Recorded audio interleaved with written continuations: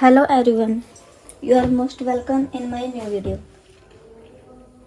आज की इस वीडियो में हम कटिंग करेंगे सिंपल सूट की। सबसे पहले आपने नोट करना है कि जो आपका फैब्रिक है उसके ऊपर प्रिंट है या फिर एम्ब्रॉयडरी है। इसके ऊपर ये वाला फ्लावर है और ये एक साइड में है और एक साइड में ये बिल्कुल प्लेन है। हमने इसकी फोल्डिंग हिप के अकॉर्डिंग करनी है। यहाँ पर हिप साइज है 36 को 4 से डिवाइड करेंगे तो हमारा आएगा 9 इंच। हिप साइज है जो वो है 36 को 4 से जब हम डिवाइड करेंगे तो हमारा आएगा 9। तो 9 में हमने 2 इंच एक्स्ट्रा मार्जिन ऐड करना है फोल्डिंग के लिए। तो हमने इसको 11 इंच पर फोल्ड कर लेना है। पहले हम इसको अलग कर लेते हैं फ्रंट और बैक को। देखिए यहाँ पर एक मार्किंग दी हुई है, इस साइड फ्रंट है और इस साइड हमारा बैक है। ये बिल्कुल इक्वल है। आपने सबसे पहले लेंथ चेक कर लेनी है कि हमारी इक्वल है या नहीं। कहीं आप पहले ही इसको सेंटर से कट कर दो।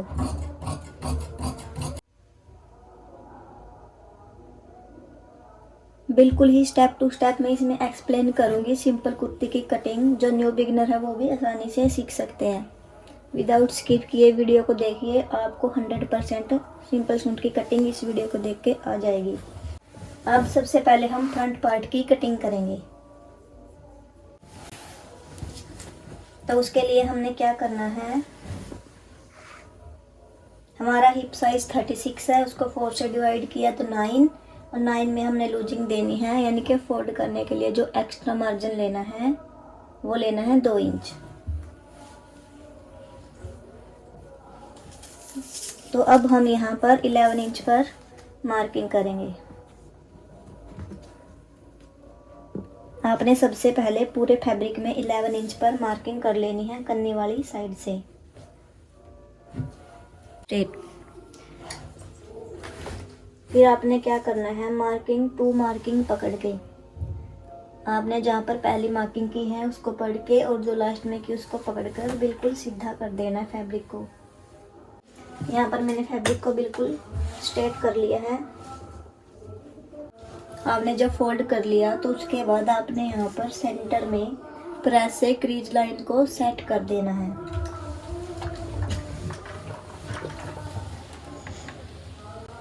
ये क्रीज लाइन सेट इसलिए की जाती है क्योंकि जब हम इसके ऊपर नेक बनाएंगे तो वो हमारा बिल्कुल क्रीज लाइन को देखते हुए सेंटर में बने।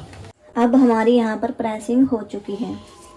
सबसे पहले हमने अब लेनी है कुर्ती की लेंथ, कि हमारी लेंथ कितनी है। तो हम इसकी लेंथ रखेंगे 44 इंच। अब देखिए यहाँ से, यहाँ पर क्या है, इसके ये हल्की सी एम्ब्रॉयडरी बनाई हुई है, बिल्कुल हल्की सी, और अंदर प्रिंट है। प्रिंट से नीचे सिर्फ और सिर्फ इसने 1.25 इंच मार्जिन दिया हुआ है। इस मार्जिन को स्किप करते हुए हम ऊपर से निशान लगाएंगे 44.5 इंच का। ये वाला हम इसमें ऐड नहीं करेंगे। जो ये वाला मार्जिन है ये वाला हम इसमें ऐड नहीं करेंगे, क्योंकि ये वाला मार्जिन जब यहाँ पर ज्वाइंट लग के ये अंदर फोल्ड होएगा उसके लिए काम आएगा। तो हमने यहाँ से नहीं नापना है। अगर हम यहाँ से नाप लेते हैं तो हमारी कुर्ती ज़्यादा कुछ नहीं होएगा, 1/2 इंच ऊपर हो जाएगी, ऊंची हो जाएगी। तो अब हमने इस कन्नी को स्किप करते हुए जितना हम एक साइड से छोड़ेंगे उतना ही हमने दूसरी साइड से इसको छोड़ना है। यहाँ से हमने 1/2 इंच पर मार्किंग की और यहाँ से भी 1/2 इंच पर।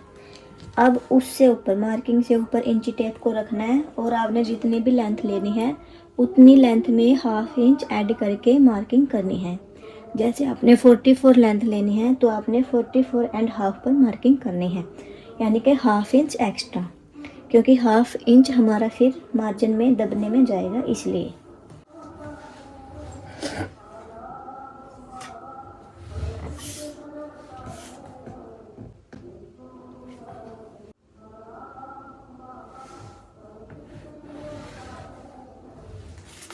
अब हमने मार्किंग को बिल्कुल स्ट्रेट कर लिया है। तो अब हमने इसमें क्या लेना है, शोल्डर टू अपेक्स पॉइंट। तो हमारा शोल्डर टू अपेक्स पॉइंट है 10.5।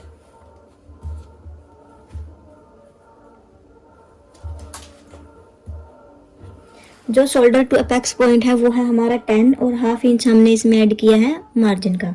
आपने हाफ इंच ऐड करना है मार्जिन का, क्योंकि हाफ इंच हमारा शोल्डर में जाएगा। उसके बाद हमारा है shoulder to waist line. Shoulder to waist line है हमारी 14, उसमें हम हाफ इंच ऐड करेंगे मार्जिन के लिए, तो यहाँ पर करेंगे 14 एंड हाफ। उसके बाद हमने लेना है shoulder to hip line. Shoulder to hip line है हमारा 19 एंड हाफ, हम मार्किंग करेंगे 20 इंच पर। हाफ इंच आपने मार्जिन का लेना नहीं भूलना, अदरवाइज आपके जो मार्किंग है वो हाफ इंच ऊपर हो जाएगी, फिर सेटिंग नहीं आएगी। उसके बाद जो हमने शोल्डर का मेजरमेंट लिया था वो था 14 इंच, हम लगाएंगे पहले 7 इंच पर मार्किंग। 14 का हाफ 7 इंच, यहाँ पर हमने 7 इंच पर देखिए मार्किंग कर दी है। हमने क्या करना है, हमने अपना फ्रंट नेक देखना है। फ्रंट नेक हमारा यहाँ पर बनेगा 6 एंड हाफ इंच। तो 6 एंड हाफ अगर हमारा फ्रंट नेक बनेगा तो उसके अकॉर्डिंग हमने शोल्डर में से 1 इंच माइनस कर देना है। अब हमारा शोल्डर रहेगा यहाँ पर सिर्फ और सिर्फ 6 इंच। इसका सामना देखने के लिए 6 इंच पर ही हम इधर मार्किंग कर लेंगे और इसको स्ट्रेट कर देंगे।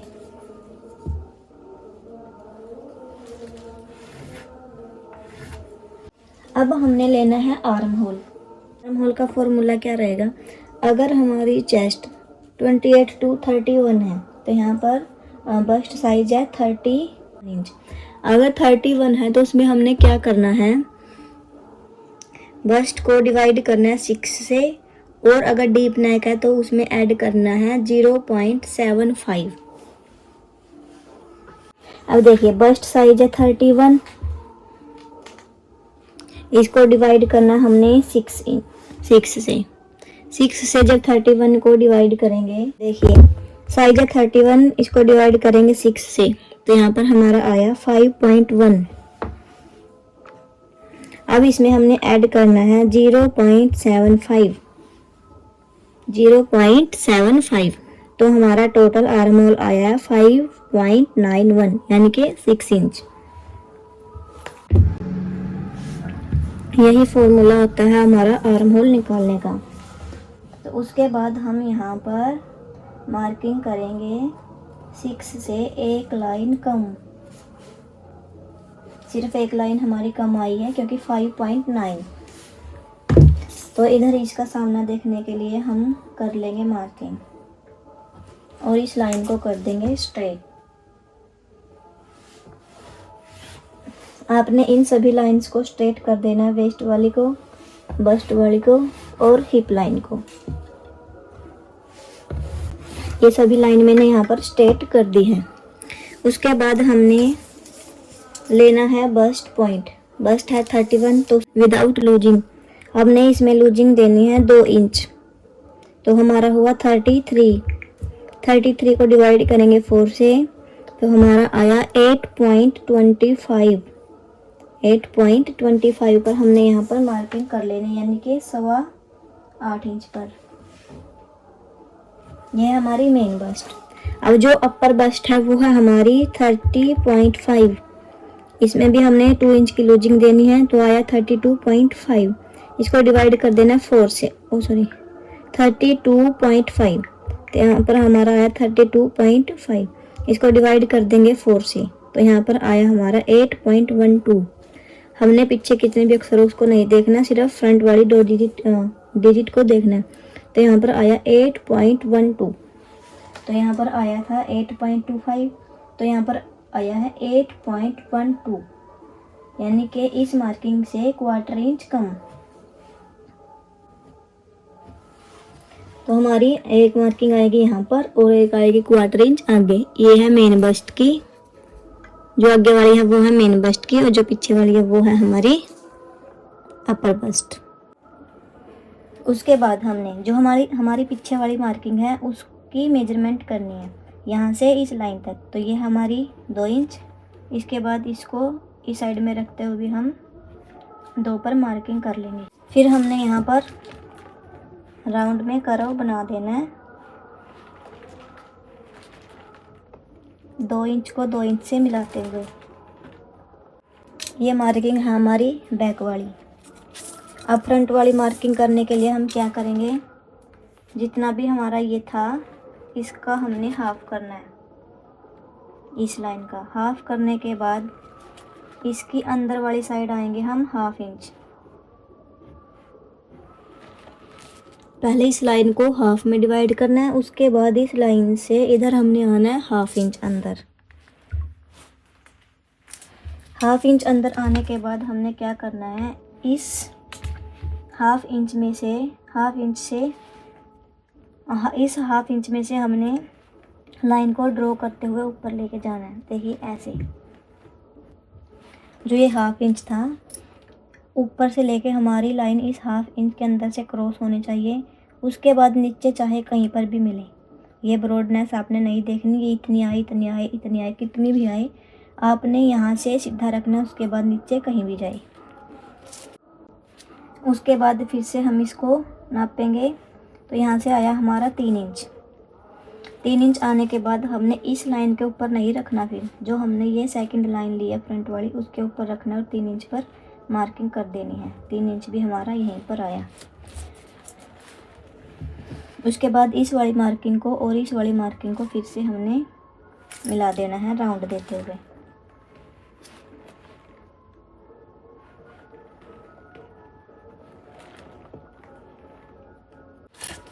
तो ये राउंड है जो ये हमारा फ्रंट का है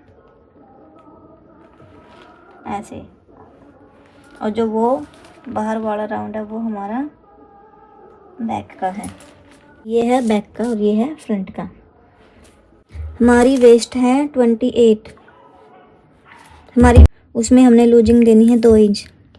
तो टोटल हुआ 30 को डिवाइड करना है 4 से, तो हमारा आया 7.5। तो यहाँ पर वेस्ट पर हम 7.5 पर मार्किंग करेंगे। अब हमने डालनी है इसके अंदर प्लेट्स। 1 इंच की हम प्लेट डाल देंगे, तो इसलिए 7.5 से 1 इंच आगे करेंगे। टोटल होगा हमारा ये 8.5 इंच। तो यहाँ पर मार्किंग करेंगे। अगर आपने प्लेट्स नहीं डालनी तो आप फिर 7.5 पर ही करते। उसके बाद है हमारी हिप लाइन। हिप है हमारे 36, डिवाइड करेंगे 4 से, तो हमारा आया 9 इंच। तो यहाँ पर 9 इंच पर एक मार्किंग करेंगे। उसके बाद 9 इंच पर ही मार्किंग हम इसकी नीचे करेंगे, और पूरी 9 इंच पर मार्किंग हम इसके नीचे वाले पल्ले पर करेंगे, क्योंकि ये फोल्ड होने के लिए है। तो इसको अभी हम मार्किंग से स्ट्रेट कर देंगे। अब हमने इन वाली मार्किंग को मिला देना है। ये हमारी अपेक्स लाइन वाली, अपेक्स पॉइंट वाली लाइन थी, इसको भी सीधा कर लेंगे। उसके बाद इसको हिप से मिला देंगे, और जो हमने नीचे 2 मार्किंग की इनको भी स्ट्रेट में मिला देना है।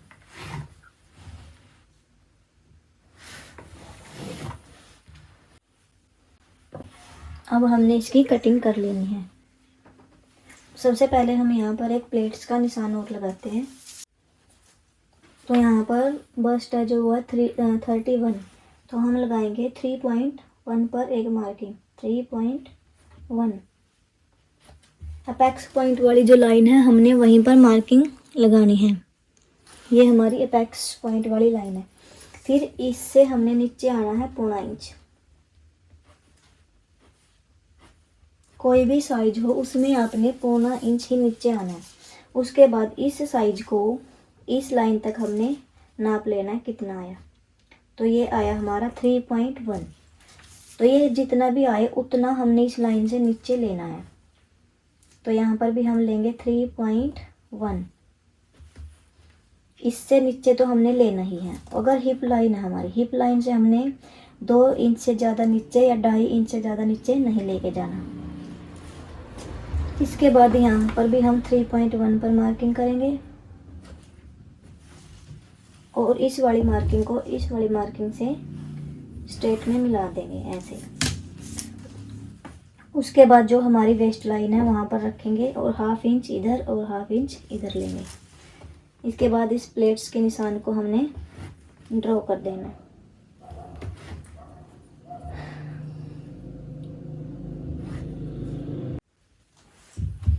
तो अब हमने इसकी कटिंग कर लेनी है।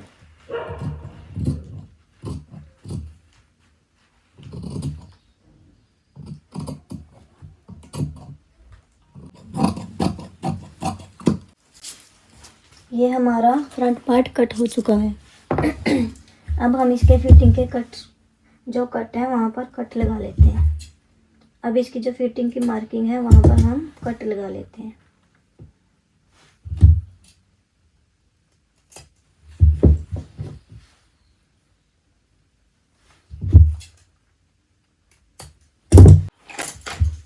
और जो फ्रंट वाले फिटिंग के कट हैं उनको बैक में भी उठा लेते हैं।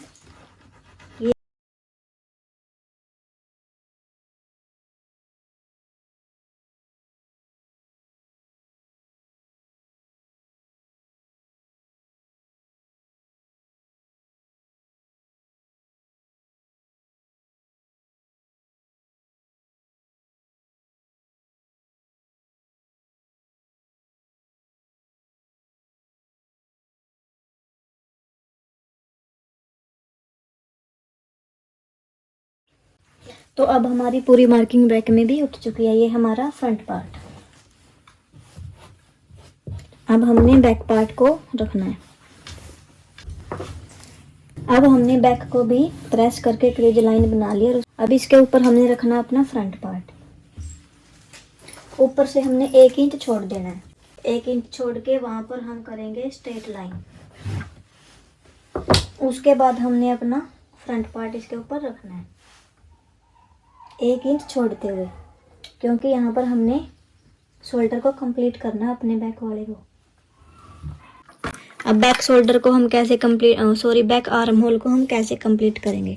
यहाँ पर हमने बैक आर्म होल कंप्लीट करना है। हमारा आर्म होल था फ्रंट का 8 इंच और हमारा बैक का भी हमने 8 इंच ही लेना है, वो 8 ही आना चाहिए।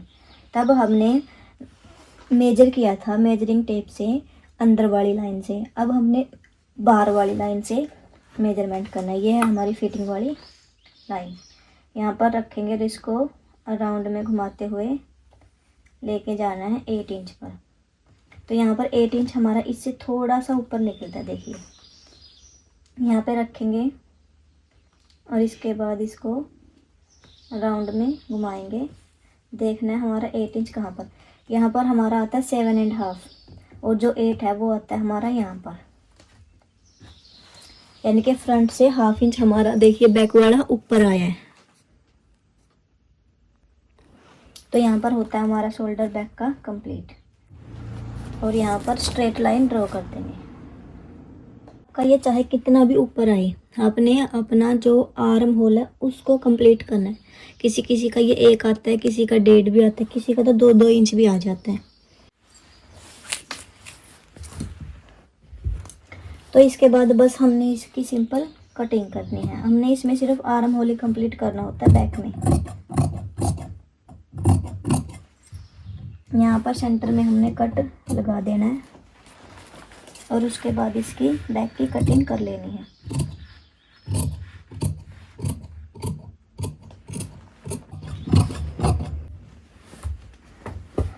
अब हमने बैक की भी कटिंग कर ली।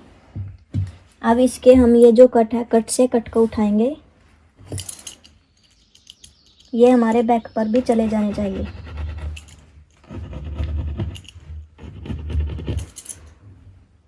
और जो यहाँ पर हमारी लाइन फोल्ड होगी, जो हमने ये वाली लाइन लगाई थी, यहाँ पर जो हमारी लाइन फोल्ड होगी ये मैंने पूरी नीचे तक लगा रखी है। इसको भी बैक में यूं की यूं उठा लेंगे। हिप साइज को उठाएंगे ताकि हमें ध्यान रहे कि यहाँ से फोल्ड होएगा।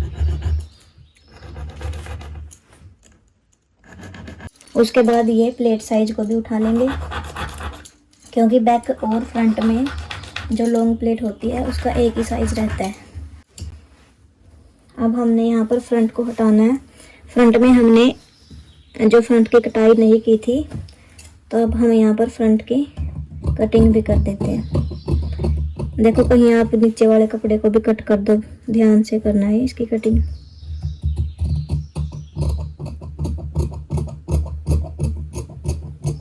कटिंग हो चुकी है, बिल्कुल राउंड में है ये। कुछ क्या करते हैं इसमें, राउंड बिल्कुल नहीं देते। शेप कैसे ड्रॉ करते हो, ऐसे ड्रॉ करते हैं, ऐसे खड़ी खड़ी।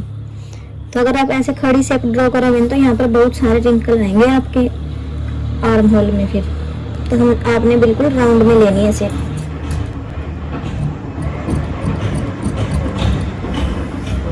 बिल्कुल राउंड में शेप लेनी है, फिर आपके रिंकल बिल्कुल भी नहीं आएंगे।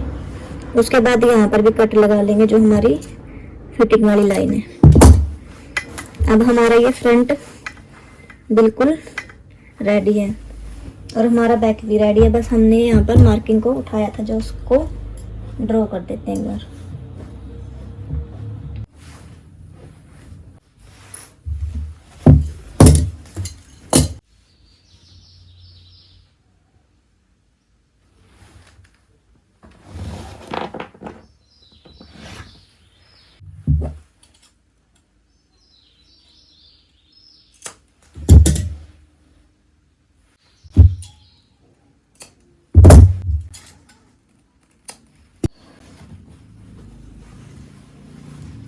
अब हमने इसी सेम मार्किंग को बैक में भी उठाना है। ये हमारा बैक पार्ट है और इसकी अपोजिट साइड और फ्रंट साइड दोनों साइड हमने मार्किंग को उठाना है।